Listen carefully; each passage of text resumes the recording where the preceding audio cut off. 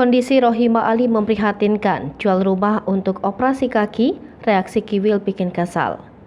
Kabar buruk datang dari Rohima Ali, mantan istri Kiwil. Lama tak terdengar kabarnya, Rohima Ali ternyata sedang dirawat di rumah sakit. Kabar Rohima Ali dirawat di rumah sakit ini diketahui dari unggahannya di akun Instagram pribadinya. Dalam unggahan tersebut tampak Rohima Ali yang terbaring lemah di tempat tidur sedang dijenguk rekannya. Kaki mantan istri Kiwil itu terlihat dibungkus gips dan terlihat kaku. Meski keadaannya sedang mengkhawatirkan, Rohima Ali berusaha tersenyum dalam unggahannya. Diketahui, mantan istri Kiwil itu masuk rumah sakit karena akan menjalani operasi pada kakinya. Operasi di kaki Rohima Ali sudah dilakukan pada Kamis 10 November 2022 pagi. Kini sudah dioperasi, ternyata keadaan Rohima Ali masih juga memprihatinkan. Melalui unggahan instastory-nya, mantan istri Kiwil berharap agar pendarahan di kaki cepat pulih. Ia berharap seperti ini karena tak ingin pusing dan mual pada perutnya. Diberitakan sebelumnya Rohimah menjual rumahnya demi menghidupi anak-anaknya dan operasi. Untuk biaya operasi kaki Rohimah yang sakit itu sudah menjadi rencananya sejak awal. Ia pun kemudian meminta doa saja kepada Kiwil agar rumahnya cepat terjual. Jika rumah tersebut terjual, Rohima akan membeli hunian baru dan kakinya kembali normal untuk memenuhi kebutuhan hidup anak mereka.